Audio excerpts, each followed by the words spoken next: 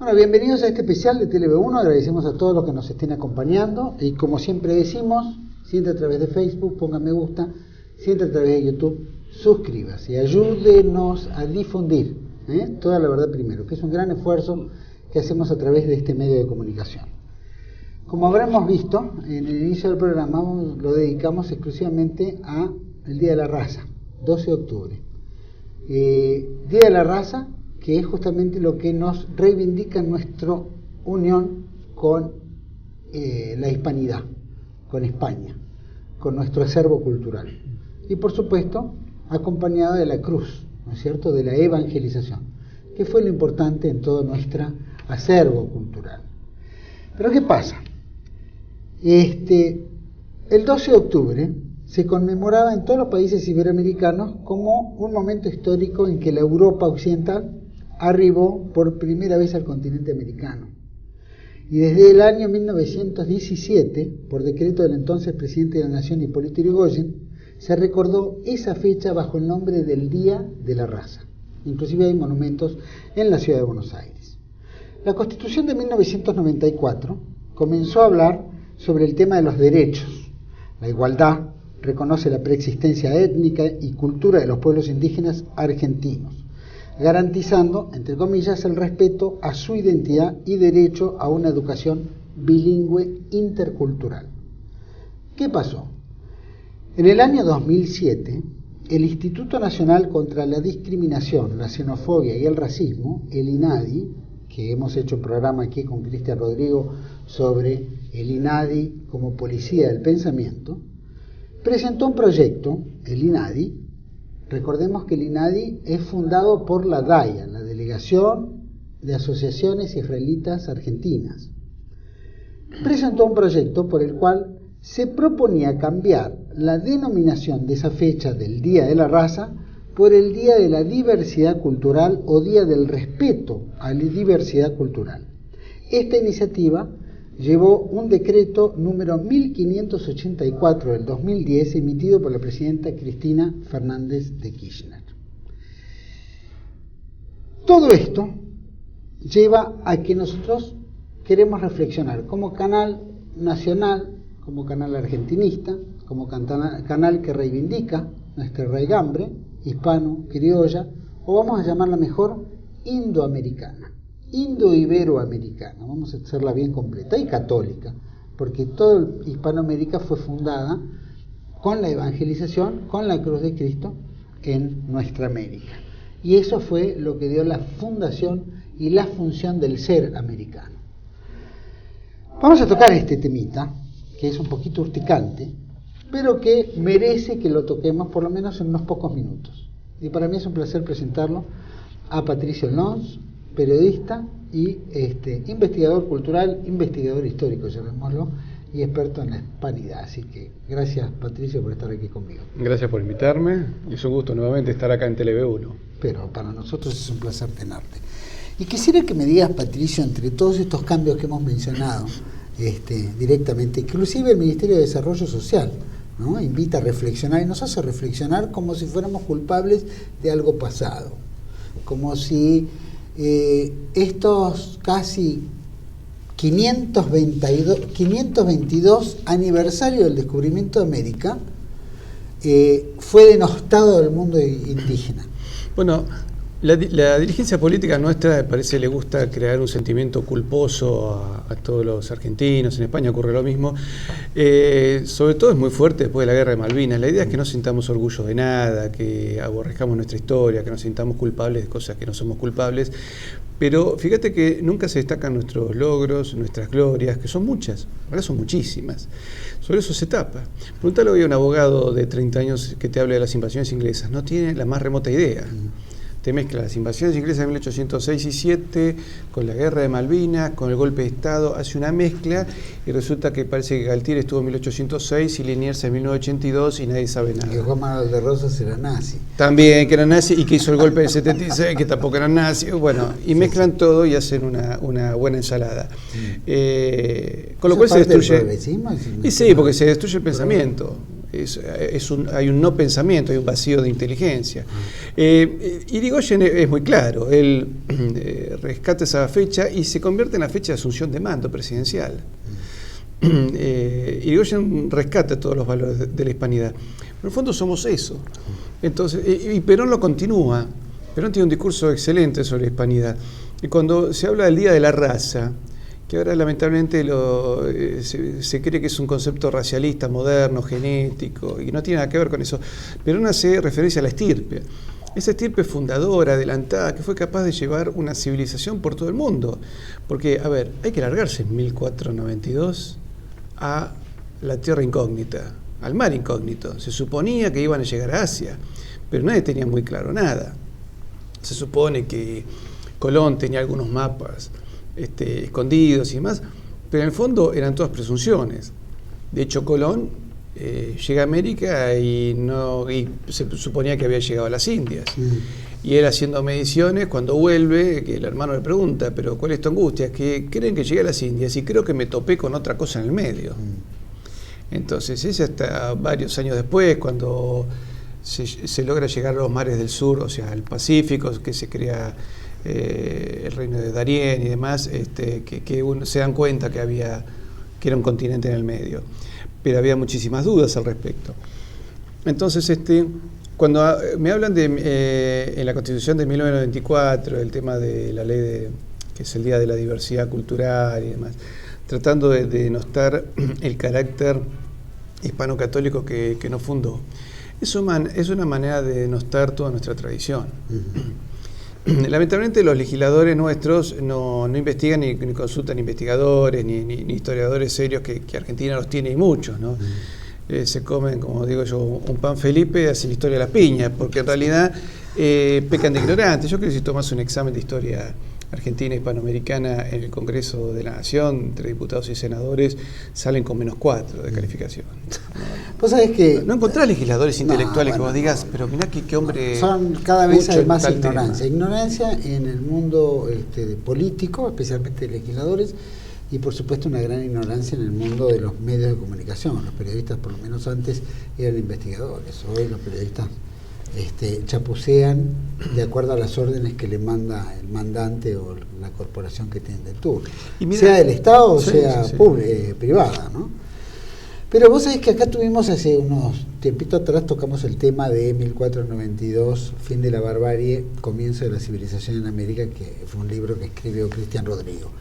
Y después también estuvo el padre, es excelente. Claro, excelente. Y que también estuvo el padre Olivera, que escribió otro libro que se llama No te la cuenten, que hablan de las leyendas negras de América, especialmente los españoles, porque acá hay una tendencia moderna, como bien dijiste, entre el progresismo y todo, que hay que denostar todo lo hispano, ¿no? Todo lo que venga de nuestra raigambre. Inclusive España ya está autoflagelándose de su propio... España está en un estado de suicidio enloquecido. Sí, es tremendo. Pero bueno, nos contaba Cristian de lo que fue, qué es lo que se encontraron los españoles en América. No digo exactamente Colón, porque creo que no encontró en las islas del Caribe tanta hostilidad. Encontró alguna tribu ahí, pero... No había hostilidad. Pero sí, cuando tocan América es otro calibre. Cuando ya entran en México y perciben todo este fin, ¿no es cierto?, de una era azteca, maya, ¿no es cierto?, muy difícil, donde en pocos años podían llegar a, según las investigaciones de Cristian, iban a autoeliminarse. ¿no? Y el Imperio Azteca tenía un proceso de sacrificios humanos permanentes, ¿no? Llegaron a matar 1.000 o 10.000 personas en un día de sacrificios humanos. Hubo un caso, creo que fueron 70.000, si no me equivoco. 70.000 en una semana, creo que fue, en un acto, digamos, religioso. O sea que estamos hablando de una perversidad entre ellos mismos. Pero de esa llegada de los españoles a América, cuando ven todo ese escenario, vos en tus investigaciones, ¿cómo también las podés traspolar, digamos, al hoy en día, para que la gente entienda que primero habría que entender que acá no había estados preexistentes. No es que vino una España que todavía no existía como tal y que invadió un país. Es decir, América no es Irak invadido por Estados Unidos o Polonia invadida por la Unión Soviética. es otra realidad. Acá había centenares de tribus dispersas. Se calcula que llegó a haber 500 lenguas. Y esas lenguas eran ágrafas, no sabían escribir sus propias lenguas. Entonces, esas lenguas pasan a papel escrito gracias a las congregaciones religiosas, sobre todo los franciscanos, los dominicos, luego los jesuitas, son los que empiezan a crear los diccionarios de todas esas lenguas. Y a su vez, esas lenguas representaban a distintos pueblos que estaban enfrentados entre sí. Entonces, acá no había una política homogénea.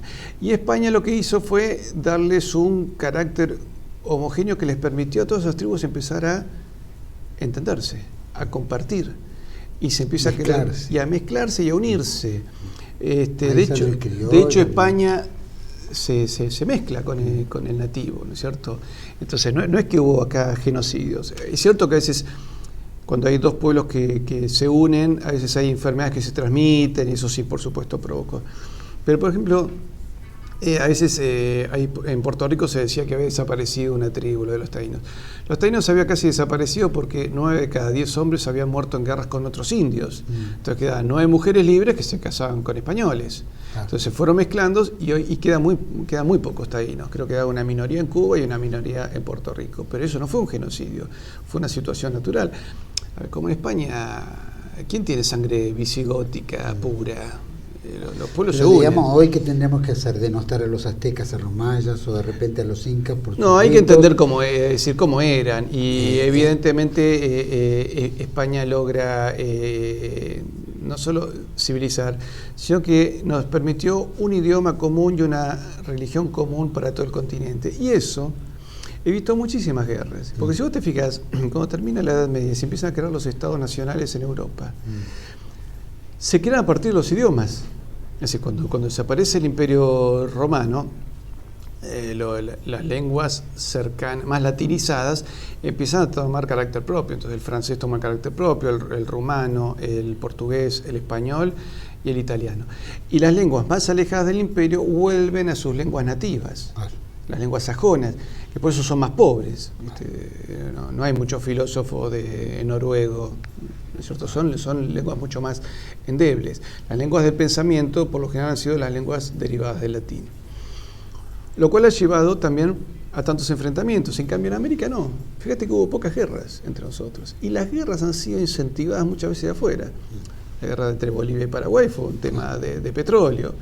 Las guerras entre Bolivia, Perú y Chile también, por el tema del guano. Pero no hubo grandes enfrentamientos. Hemos tenido una mayor unidad. Y de hecho, ¿qué diferencias hay entre no hubiéramos mantenido toda la geografía hispano-criolla de una misma lengua en toda América? Claro.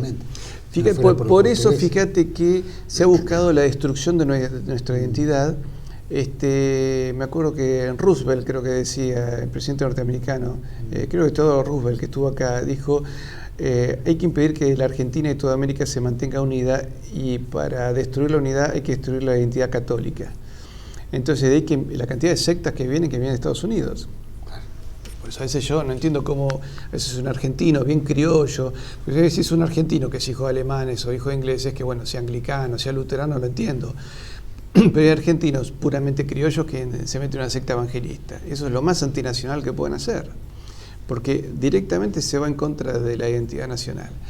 Y la religión no es una religión. A ver, acá hay otro error, ¿no?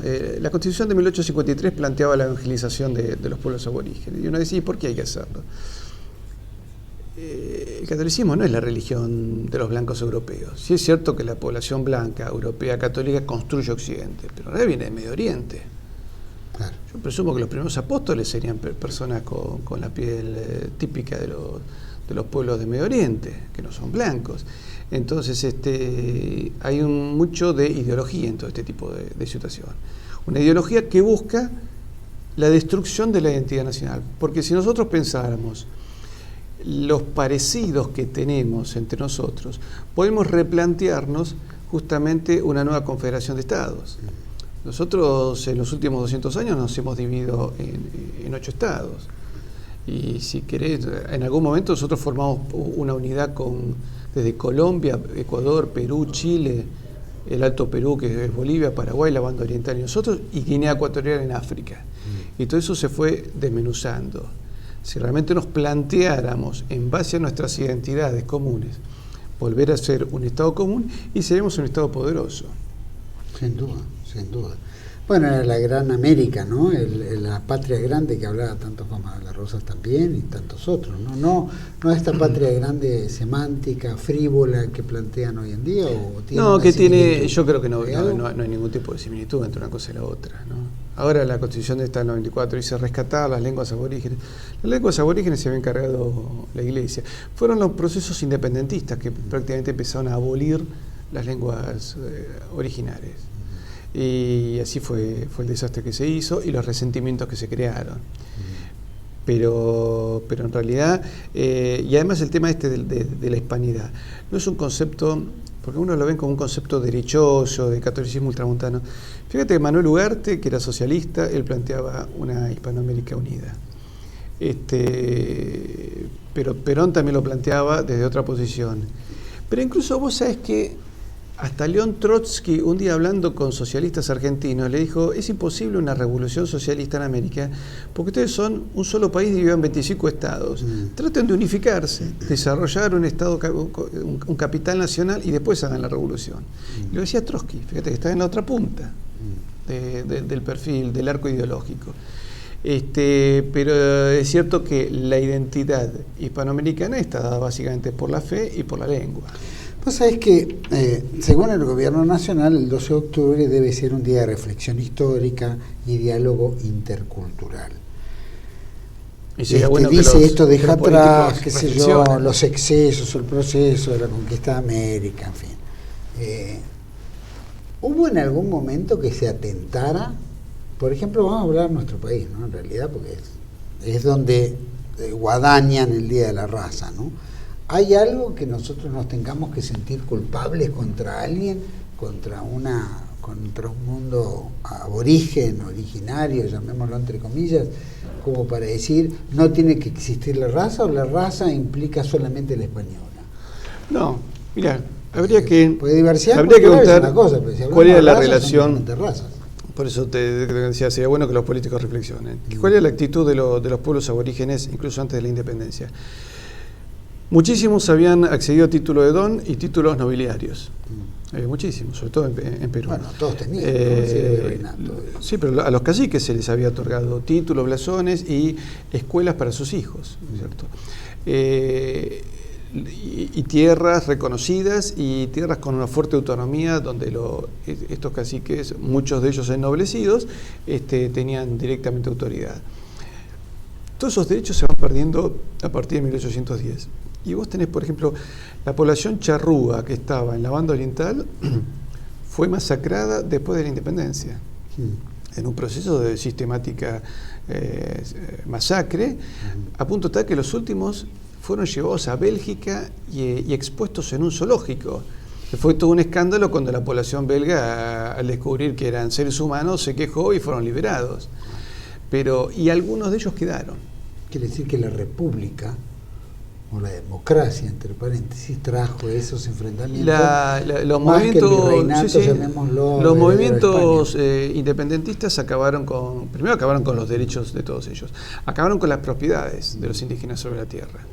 Pero vos tenés, por ejemplo, en 1806, cuando se produce la primera invasión inglesa, después del triunfo del 12 de agosto, el día de la Reconquista, un tiempo después se estaba analizando en el Cabildo preparar un ejército para una posible nueva invasión. Y llegaron 16 caciques al Cabildo de Buenos Aires. Piden hablar y uno de ellos habla en nombre de todos y dice: reprochamos a nuestro buen rey soberano don Fernando VII que no nos haya convocado para echar a la basura inglesa. Y ofrecen 30.000 indios y 100.000 caballos que actuaron en la defensa de la costa. Algunos dicen que hubo una carga de caballería sobre las tropas de Whitelock en la segunda invasión inglesa, una carga de caballería indígena, pero ellos mismos reprochaban el no haber sido considerados. Y de hecho, cuando se produce la guerra de independencia, vos tenés que el ejército realista estaba formado casi todo por indios voluntarios, ¿no es cierto? Que siguieron luchando hasta después de la batalla de Ayacucho, 1826 en la isla del Chiloé, 1832 en Colombia, y algunos se fueron a España. ¿no es cierto? No te olvides que había también nativos criollos, algunos ya con sangre indígena, que participaron, por ejemplo, en la batalla de Trafalgar. Hay proto-argentinos que lucharon por el rey de España en la batalla de Trafalgar, mucho antes de 1810, ¿no es cierto? Entonces, las cosas no son tan como se dicen. En realidad, ese pueblo aborigen era profundamente defensor de la tradición hispánica.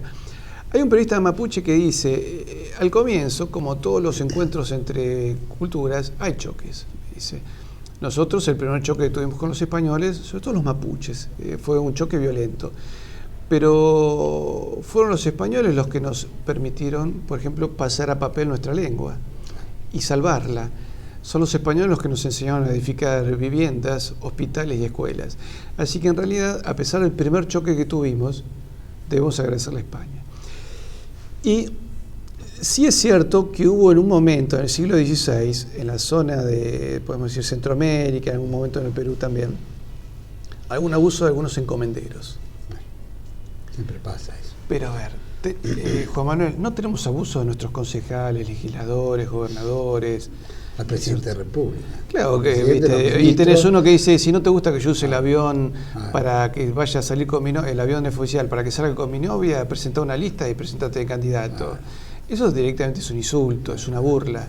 Pero que lo usen los hijos, o gasten el dinero, o hagan pactos secretos con las empresas de acuerdo a la autoridad que tienen como Estado, pactos secretos, qué sé yo, claro, Chevron, esto que se firman, o la deuda externa, o tantas, o la miseria. Que malgasten el dinero público. ¿No es cierto? Le hicieron un falso diario Clarín para criticar a sus opositores, y eso es dinero que sale del ANSES, sale de nuestros bolsillos, no es que sale de la nada eso. Entonces, por supuesto que hubo. Ahora, fíjate que hay un abuso de unos encomenderos, y el informe que le llega a Carlos V fue escrito por un aborigen totalmente alfabetizado, ella era un hombre docto, que lo escribe en un castellano perfecto del siglo XVI, donde hace todo un relevamiento de la situación, lo que se había hecho bien, lo que se había hecho mal, los problemas que había. Llega Carlos V y Carlos V frena la conquista y envía una comisión para investigar qué era lo que estaba ocurriendo. Y en algún momento algunos otros también quisieron abusar de los indios, esclavizarlos y decir, hasta plantearon que no eran seres humanos.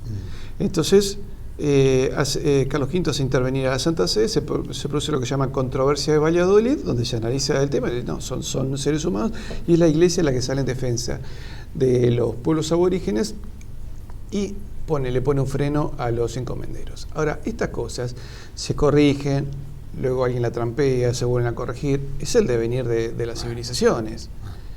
Además, no te olvides que los reyes, por ejemplo, Isabel la Católica, su testamento es fantástico en defensa de los pueblos de América, pero muchas veces era traicionada por funcionarios. Eso ocurría. Eso es inevitable también, aparte de la distancia, la comunicación, hasta que llegaban ¿no es cierto?, los mensajes, si en una empresa al presidente de una empresa le hace una trampa a un empleado subalterno, y es una empresa, ¿no es cierto? En un estado todavía hoy, a pesar de que el presidente puede levantar el teléfono y llamar hacer conferencia con 4 gobernadores si quiere, y ocurren trampas en niveles intermedios, te imaginas que en el siglo XVI las cosas ocurrían. Mucho más. Vamos a ir a un pequeño corte, vamos a seguir con Patricio Alonso y ver también esta disparidad, si el mundo hispano, que tanto está obsesionado el progresismo kirchnerista hoy en día en la Argentina, tiene similitudes con el mundo portugués, porque son tratamientos con el aborigen, creo que bastante distantes. Vamos a hacer un pequeño corte y volvemos enseguida.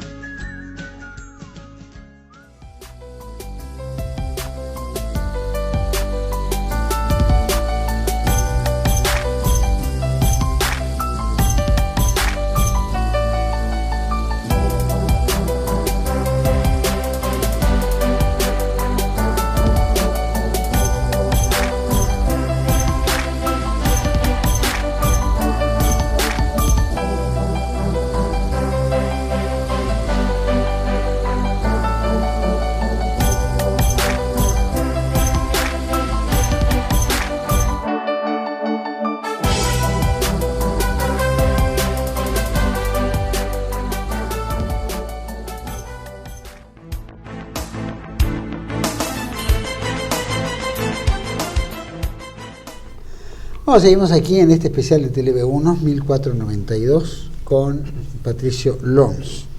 Patricio, te preguntaba en el bloque anterior las diferencias entre el mundo, llamémoslo, si lo groseramente, de abusos que tanto acusan España o los españoles en América con respecto a los aborígenes o los negros o qué sé yo. ¿Qué disparidad o qué similitudes o qué comparaciones tenemos con el mundo portugués o anglosajón, por ejemplo? Bueno, mira, la leyenda negra que está tomada... Digo, porque el mundo anglosajón sí. es el que más jode en meter acá en nosotros esta culpa contra España. Bueno, entonces sería bueno que los anglosajones recuerden que cuando ellos pisaban un continente no dejaban nadie vivo, ¿no es cierto? La única india que dejaron fue Pocahontas, sí. Que incluso vos sabés que es una historia robada. Sí, en realidad es un español, Juan Ortiz, sí. Un sevillano que es salvado por una aborigen, y ella lo rescata y se lo lleva a otra tribu. Y en esa tribu le vive 10 años y aprende las lenguas, él le enseña el castellano a los aborígenes, le transmite la religión y civiliza a un pueblo. Pero si no, ellos no dejaban hacían tierra arrasada. Fíjate, en Australia fueron juntando a los aborígenes en la península de Tasmania y los masacraron a todos. Quedaron muy poquitos. Quedan una minoría de nativos en Australia, pero es un pequeño porcentaje. En la India mataron de a decenas de millones por hambre, fomentando enfrentamientos, utilizándolos como tropa. Los hindúes se salvaron porque eran una población millonaria, pero era un país era una región en realidad muy habitada, eran reinos contrapuestos. Bueno, en China, en China metiendo el opio murieron millones de chinos. En África, acordate, las guerras contra los zulúes fueron guerras de masacre. Entonces, en realidad Inglaterra, donde pisó, trató de dejar el terreno sin gente. Y de alguna manera, fíjate qué ocurre hasta con nosotros. Fíjate todos estos acuerdos mineros. ¿Por qué en todas las provincias mineras aumentó tanto el cáncer? ¿Por qué se fomenta la destrucción de la familia? Que la gente no se case, que no tenga hijos, y los tiene, que los aborte, de distintas maneras. Entonces, nosotros tenemos una población casi, te diría, estancada en cuanto a cantidad de gente. Para el territorio que tenemos, geopolíticamente, llamémoslo, políticamente, económicamente y estratégicamente, ¿no? En 10 años lo que aumentó de población argentina es una población de inmigración, sí. No calificada, y incluso de pueblos que no tienen nada que ver con nuestra historia, nuestra tradición, ¿no es cierto? Y que genera choques, genera delito, y de hecho, si uno le pregunta los informes de la Policía Federal, hay barrios donde se sabe que el delito está manejado por bandas de determinados países, ¿no es cierto? Entonces, pero volviendo España es al revés, al contrario, se fue integrando. Los ingleses, para tapar sus culpas, crean la leyenda negra junto con los holandeses.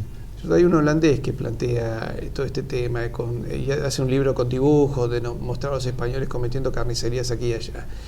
Entonces, que eran por lo general las carnicerías que los holandeses cometían también.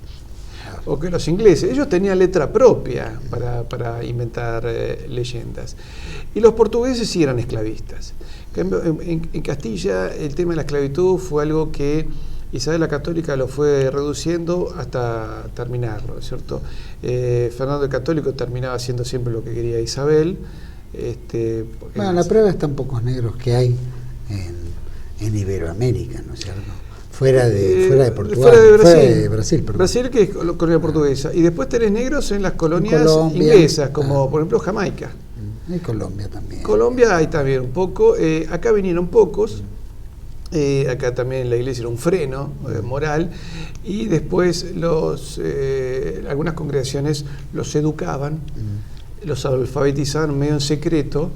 Pero fíjate que en las invasiones inglesas se crearon los regimientos de pardos y morenos que lucharon con fiereza contra el inglés, y básicamente por una cuestión religiosa.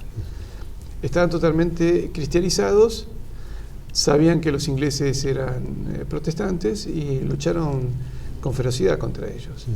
Pero hubo pocos, después algunos murieron ahí, otros mueren en la guerra de independencia en ambos bandos, y también la fiebre amarilla. Sobrevivieron una mayor cantidad de población negra en Uruguay. Que es donde no llegó la fiebre. Claro, y que se ha mezclado, ¿no es cierto? Más bien en Uruguay tenés más bien población mulata, ¿no es cierto? Que forman parte de la sociedad. Pero los ingleses, los holandeses, los portugueses fomentaron esta leyenda negra. Lo peor de todo es que los españoles, los argentinos, hemos comprado este cuento, sin sentarnos a pensar, a ver, ¿a quién beneficia si yo denosto mi historia? Primero me tengo que poner a plantearme eso, ¿cierto? Son un poco estos Piña y todos estos que terminan trabajando, en el fondo siempre han terminado trabajando para los ingleses de alguna manera, que han buscado la desunión permanente entre los pueblos de América. Incluso este acercamiento que hay hoy en los pueblos estaba en base a conceptos más ideológicos que culturales, ¿no es cierto? Y tampoco se logran grandes concreciones, porque se va a decir, bueno, desde el Mercosur a fecha, en 30 años, hemos logrado borrar las fronteras y tener, no sé, una moneda única y una política económica en común y una política militar en común. Bueno, podríamos decir que hemos tenido algún resultado, pero creo que han sido más bien escasos. El Mercosur todavía es un sistema de conflictos, ¿no es cierto?, donde nosotros hemos reducido nuestra capacidad industrial.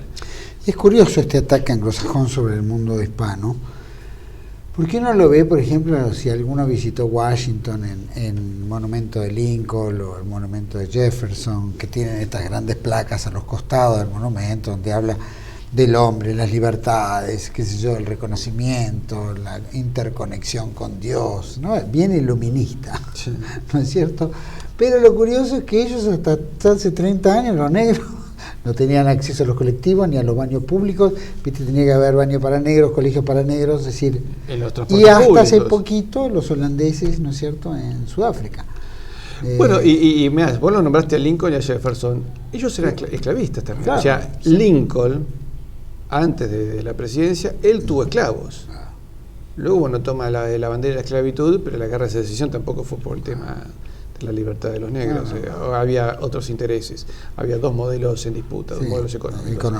Si no, nos explica por qué hubo negros en el sur peleando en defensa del sur, ¿no es cierto? Ahí hay algo, claro, hay algo que no se entiende. Y Jefferson tuvo hijos naturales con mujeres de raza negra, ¿no es cierto? Es más, algunos de sus hijos, por un tema económico, él mismo los vendió. Y después, bueno, es un prohombre de los Estados Unidos, ¿no? Pero pongamos las cosas en su sitio. Acá ese tipo de villanías no llegaron a ocurrir. No tuvimos un Juan Manuel de Rosas con esclavos, o que bendice a sus hijos. Hizo que Juan Manuel tuvo hijos naturales, pero de alguna manera trató de protegerlos. Pero es el mayor ejemplo de acercamiento al mundo aborigen. Sí, por supuesto.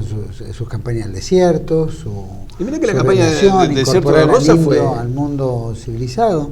Fue brava, pero la vacunación antivariólica, se vacunaba a los indios, se vacunaba, se enseñaba a trabajar la tierra, se le enseñó a comer vacas porque comía caballos, se le enseñó a prever porque el mundo aborígene reservaba su comida en el día.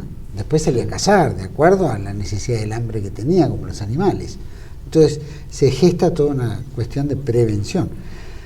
Y de alguna manera se lo incorpora al mundo del trabajo, para que puedan trabajar su tierra, producir, es decir, ocuparse en algo sin tener que atacar a otros. Bueno, y vos sabés que lo que hace Rosas es el concepto castellano de los pueblos. Porque el liberalismo tiene un concepto, es el pueblo. El pueblo es como una entelequia que tiene que votarme a mí, que parece ser que soy el único iluminado y que le dice todo lo que tiene que hacer. En cambio, los pueblos era el concepto castellano, por lo cual había que respetar las características de cada lugar. Y Rosas lo hacía con los aborígenes, de que luego terminaron en buenas relaciones. ¿No es cierto? Lo protegían, ¿no? Protegían todo el saqueo que hacían o los malones que atacaban las entradas. Claro. Por eso fíjate que a ver, el Imperio Español como tal no existió nunca. Lo que existía era la cristiandad hispánica, que iba creando reinos. Por eso tenías el reino de Chile, el reino argentino, en la recopilación de las leyes de Indias, que lo hace un potoseño, habla de mi patria argentina, cuando era un concepto que se suponía que era nada más que para la gente de Buenos Aires, ¿te acuerdas? Era un nombre para una región. Los porteños eran los argentinos, pero fue un nombre que de alguna manera también se toma en el interior. Y los distintos pueblos de América eran distintos reinos. Tenés el reino de Quito, el reino de Perú, de que incluso cuando Felipe V es coronado rey de España, los peruanos lo coronan como 22º emperador del Perú. Entonces, todos estos reinos tenían sus autonomías y respetaban sus características, porque además no te olvides que el Imperio Español era transversal de norte a sur. Entonces iba cambiando de clima, de flora, de fauna, y se tiene que ir adaptando. Y además lo impulsaba el espíritu evangelizador. Es cierto, a ver, los encomenderos, las personas que digamos, o incluso los adelantados, venían con intenciones pecuniarias, obviamente, de conquistar riquezas, pero no podían escapar al carácter cristiano civilizador.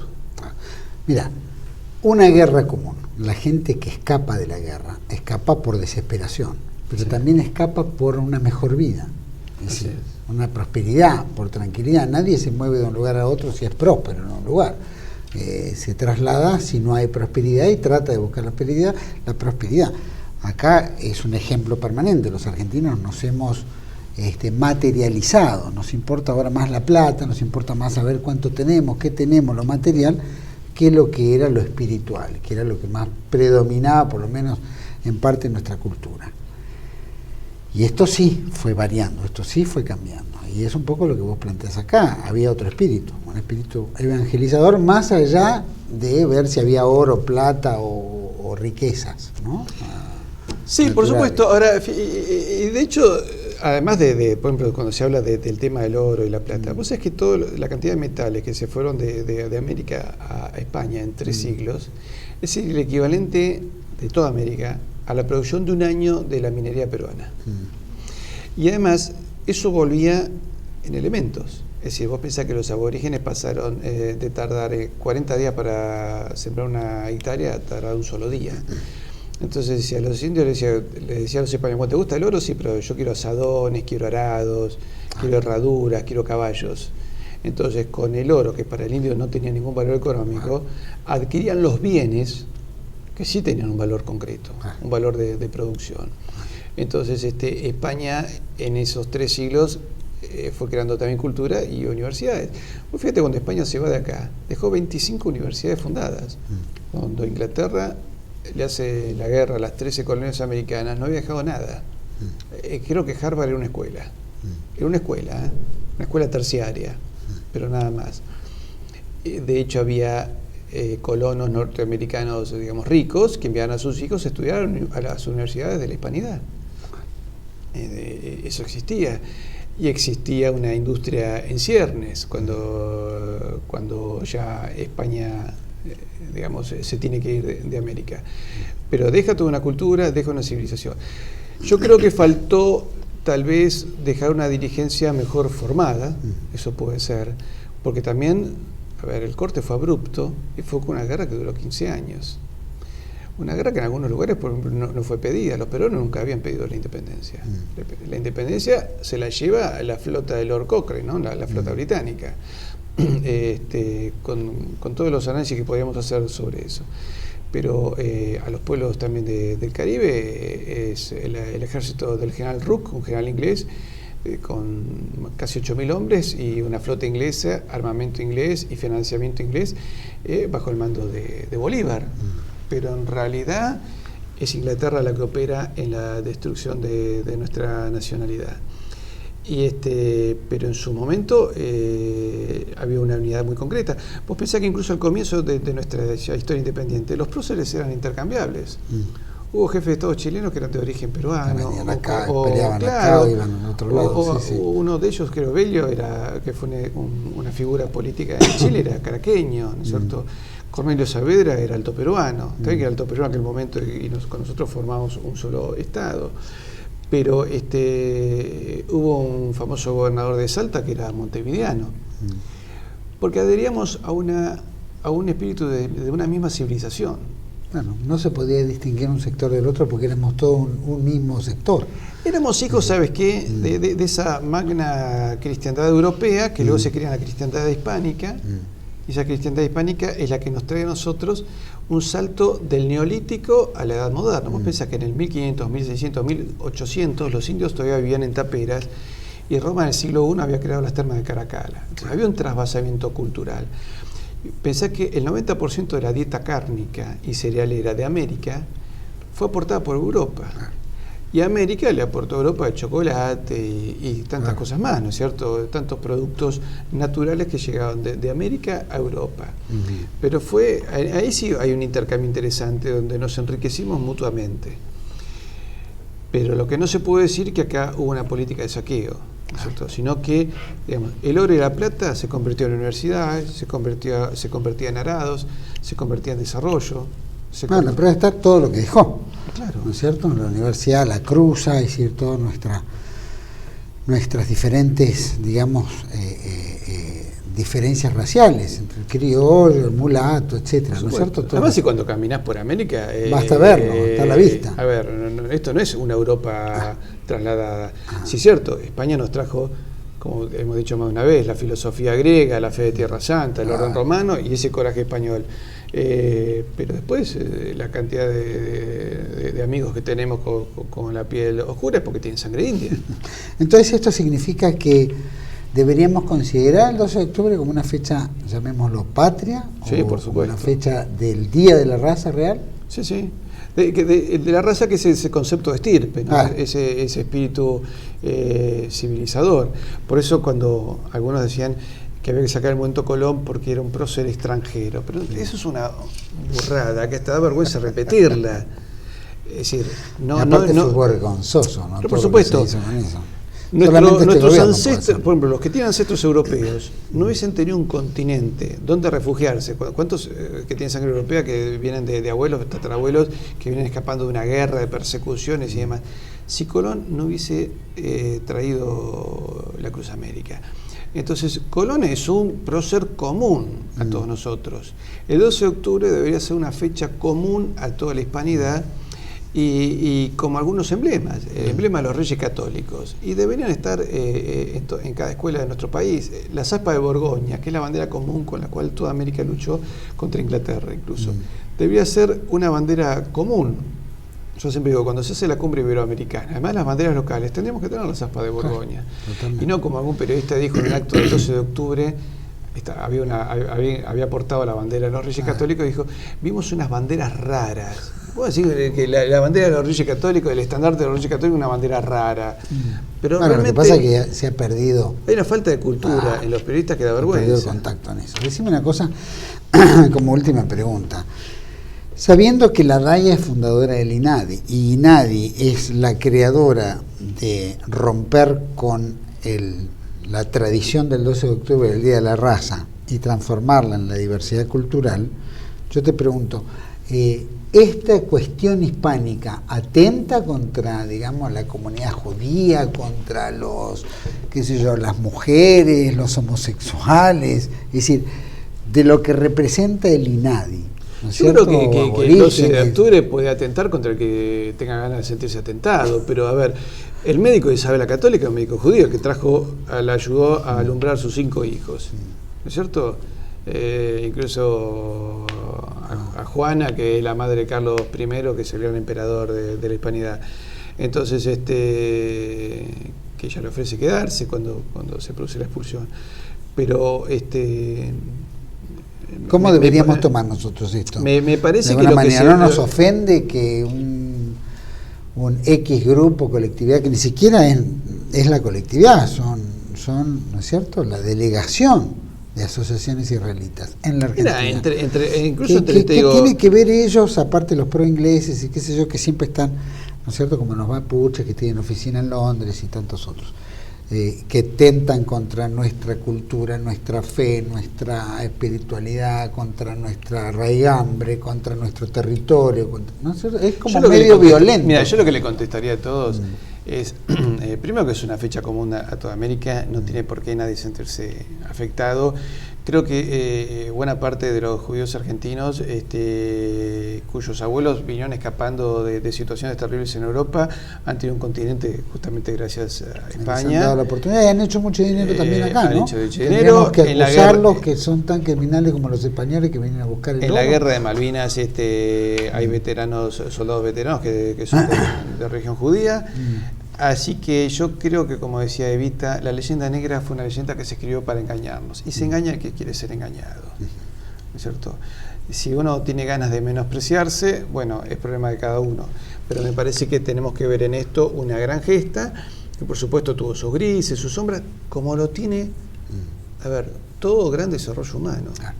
Pero, digamos, la gran gesta de la humanidad fue el descubrir un continente y unir al mundo, porque el mundo era inconexo antes de 1492, antes de la gesta de Hernando de Magallanes y Sebastián Elcano, no se conocía.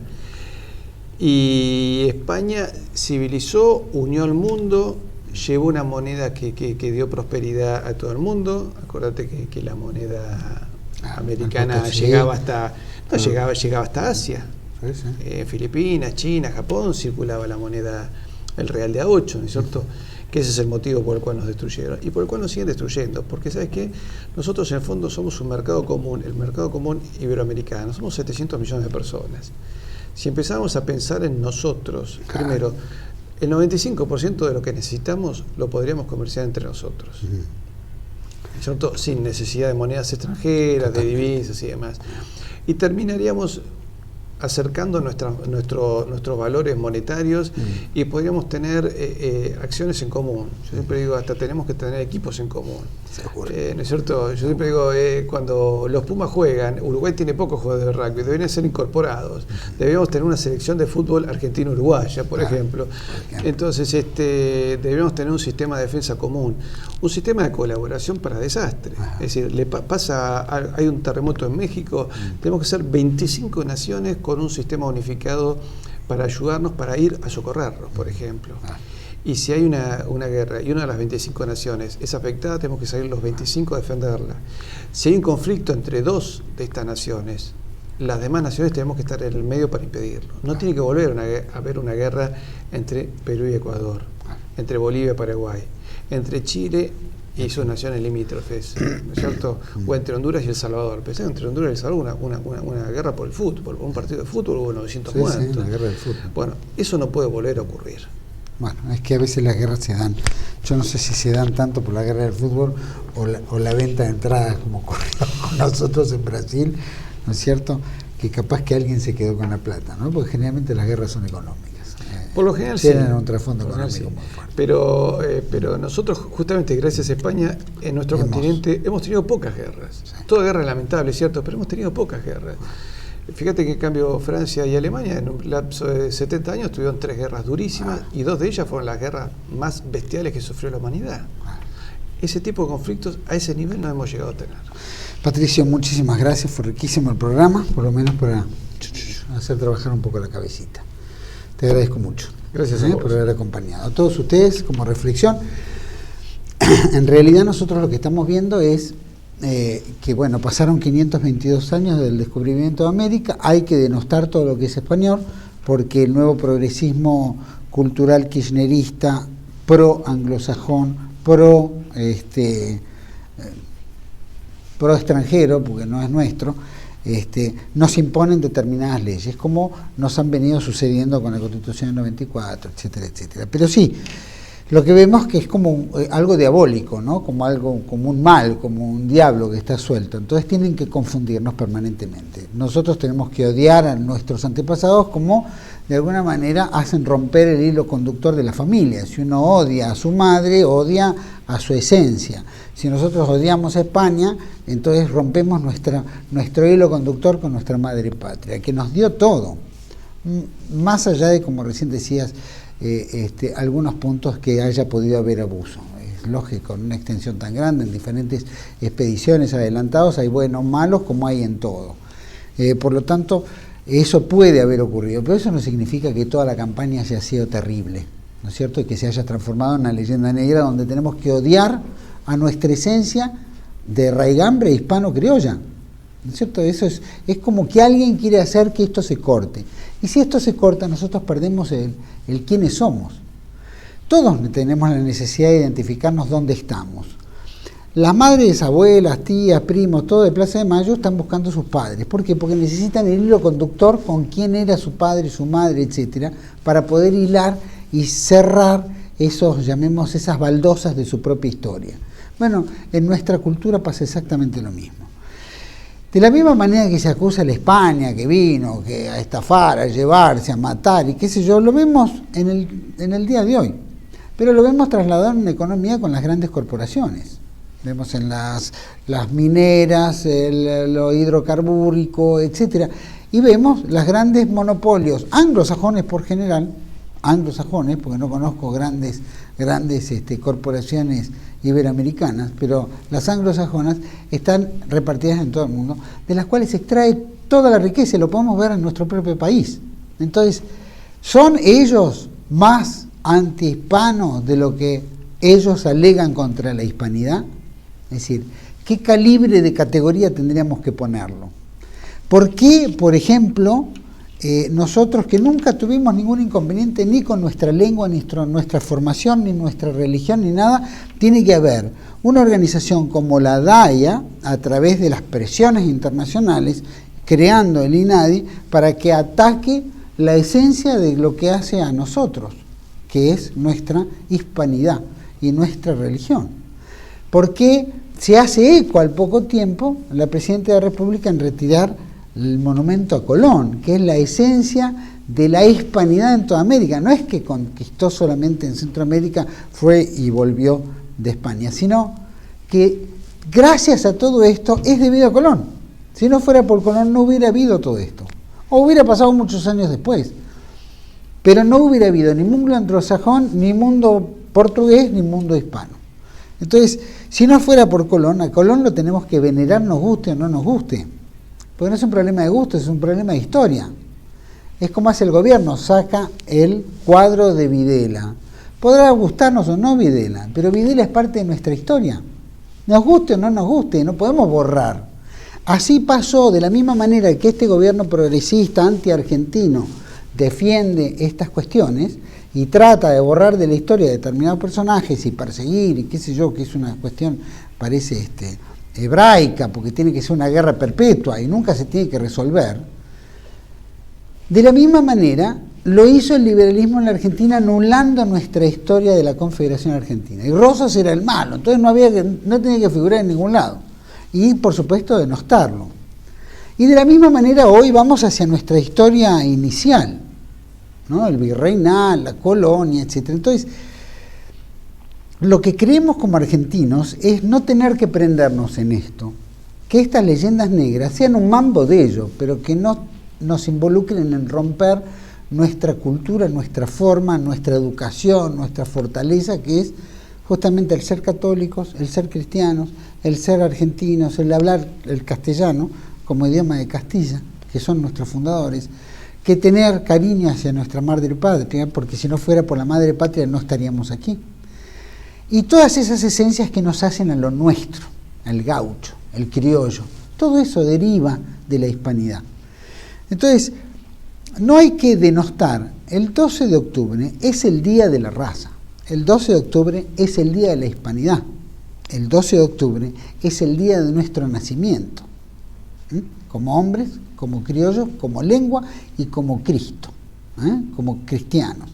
Entonces, no hay que hacer plurito, hay que hacer oídos sordos en toda esta pavada que nos quieren ir imponiendo y que poco a poco van golpeando y nos van perturbando. Pero esa es la realidad, hay que frenar esto. Y hay que empezar a pensar que nuestra historia no nació en la llegada de Néstor Kirchner y Cristina Kirchner al poder. Llevamos casi 500 años de historia. Entonces, en esos 500 años de historia tenemos que honrarla, ¿no? De todas las maneras que sea, porque ha sido nuestra esencia. Espero que esto colabore. Ojalá que tengamos muchos mensajes, por supuesto, en críticas y no críticas, pero sí en las realidades que estamos enfrentando hoy. Nuestro deber es decir toda la verdad. Y si podemos decir toda la verdad primero, mejor todavía, porque esa es la forma de poder generar este contacto con todos ustedes. Les agradezco por habernos acompañado, agradezco a Patricio Alonso que me ha acompañado en este programa y que lo ha desarrollado él tan bien, porque yo soy más preguntón, pero para mí me ha enriquecido mucho también. Y ha solidificado lo que en realidad somos, nacionalistas, católicos, y que eso es lo que tenemos que fomentar. Les agradezco por todos por habernos acompañado y vamos a cerrar algo con este fragmento, este testamento de Isabel la Católica, que justamente el mundo hebraico, llamémoslo, presiona para que no se santifique. Justamente a Isabel la Católica, la Santa Isabel la Católica. Este es el testamento, lo dejamos con ellos. Les agradezco por habernos acompañado y los esperamos en otro ciclo de los especiales de TLB1. Chao, muchas gracias.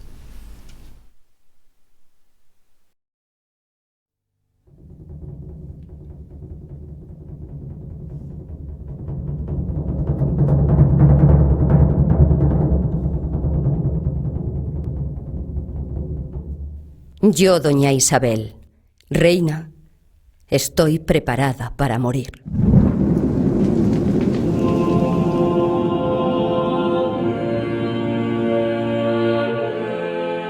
Estando enferma de mi cuerpo de la enfermedad que Dios me quiso dar, creyendo y confesando firmemente todo lo que la Santa Madre Iglesia Católica de Roma cree, confiesa y predica, recibo la muerte como un don singular y excelente de la mano del Señor. Y después de vivir y morir en esta santa fe católica, proclamo mi carta de testamento y postrimera voluntad.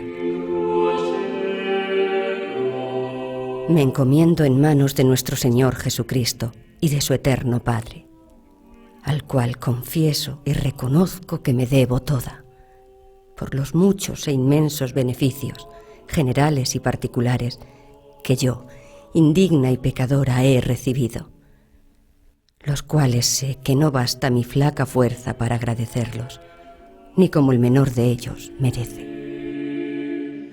Y pido de manera especial que intervenga por mí el Arcángel San Miguel, el cual quiera mi alma recibir, amparar y defender de aquella bestia cruel y antigua serpiente que me querrá tragar, y no me desampare, hasta que por la misericordia de nuestro Señor sea colocada en aquella gloria para la que fue criada.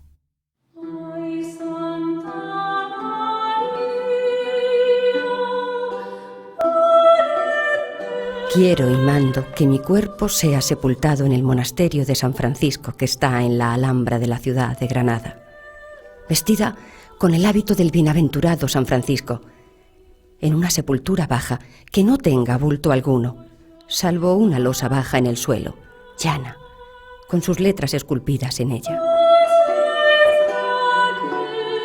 Quiero y mando que ninguno vista luto por mí, y que las exequias que se hicieran por mí se hagan llanamente y sin demasías. Mando que se dé limosna para casar doncellas jóvenes y para que otras puedan entrar en religión. Que sean vestidos 200 pobres y que se rediman 200 cautivos que estuvieran en poder de infieles.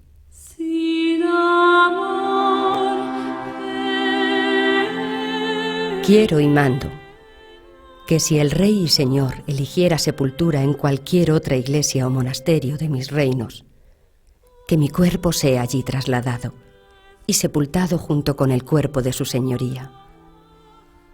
Porque el ayuntamiento que tuvimos viviendo y que nuestras ánimas espero que sigan teniendo en el cielo, según la misericordia de Dios, lo tengan y representen nuestros cuerpos en el suelo.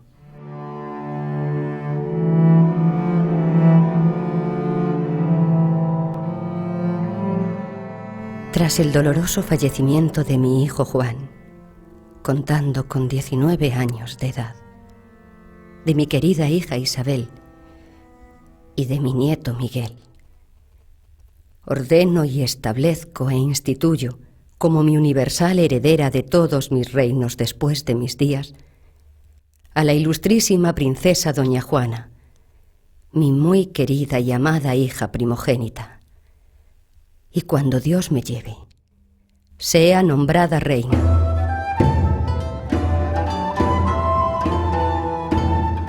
Doy orden de que mis súbditos y naturales les tengan el amor y los sirvan lealmente, como al Rey mi Señor y a mí han servido. También ordeno que si cuando Dios de esta vida me lleve, mi hija Juana no se encontrase en estos reinos, o estando en ellos, no quiera o no pueda entender en la gobernación de ellos, Sea el rey, mi señor, quien administre y gobierne los dichos reinos, hasta que el infante don Carlos, mi nieto, sea de edad legítima para regirlos y gobernarlos.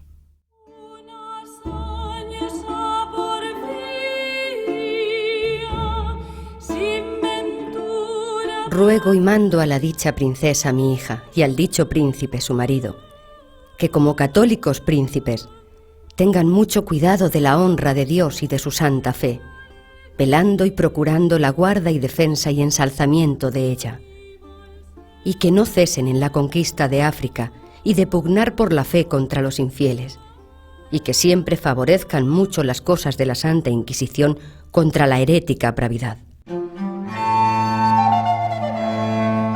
Deseo que los príncipes miren mucho por la conservación del patrimonio de la corona real y tengan mucho cuidado de la buena gobernación, paz y sosiego de mis reinos, y sean muy benignos y muy humanos con sus súbditos y naturales, y los traten y los hagan tratar bien, y hagan poner mucha diligencia en la administración de la justicia, haciéndola administrar a todos igualmente, así a los chicos como a los grandes, sin excepción, poniendo para ello buenos y suficientes ministros.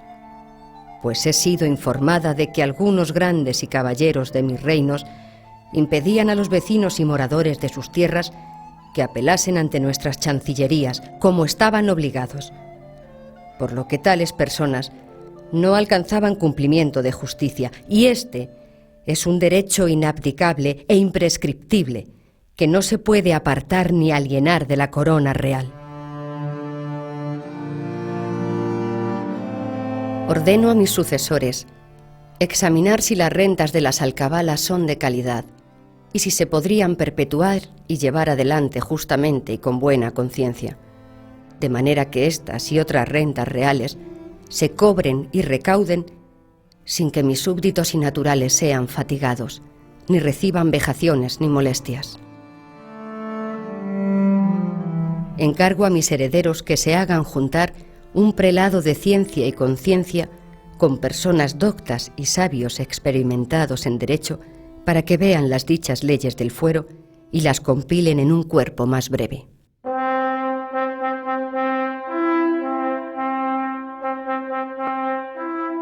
Cuando nos fueron concedidas por la Santa Fe Apostólica las islas y tierra firme del mar Océano, descubiertas y por descubrir, nuestra principal intención fue convertir a nuestra Santa Fe católica y enviar clérigos y otras personas doctas y temerosas de Dios para instruir a los vecinos y moradores de ellas y enseñarles buenas costumbres, poniendo en ello la diligencia debida. Por ello, suplico y encargo que no consientan ni dejen que los indios, vecinos y moradores de dichas indias, reciban agravio alguno en sus personas ni bienes, y que sean bien y justamente tratados. Mando que mi testamento original, sea puesto en el monasterio de Guadalupe, para que cualquier persona pudiera verlo cuando fuera menester, y antes de que allí se lleve, se hagan 2 copias de él, y que uno de ellos se ponga en el monasterio de Santa Isabel de la Alhambra de Granada, donde mi cuerpo ha de ser sepultado, y otro en la iglesia catedral de Toledo, para que allí lo puedan ver todos los que de él quieran sacar provecho.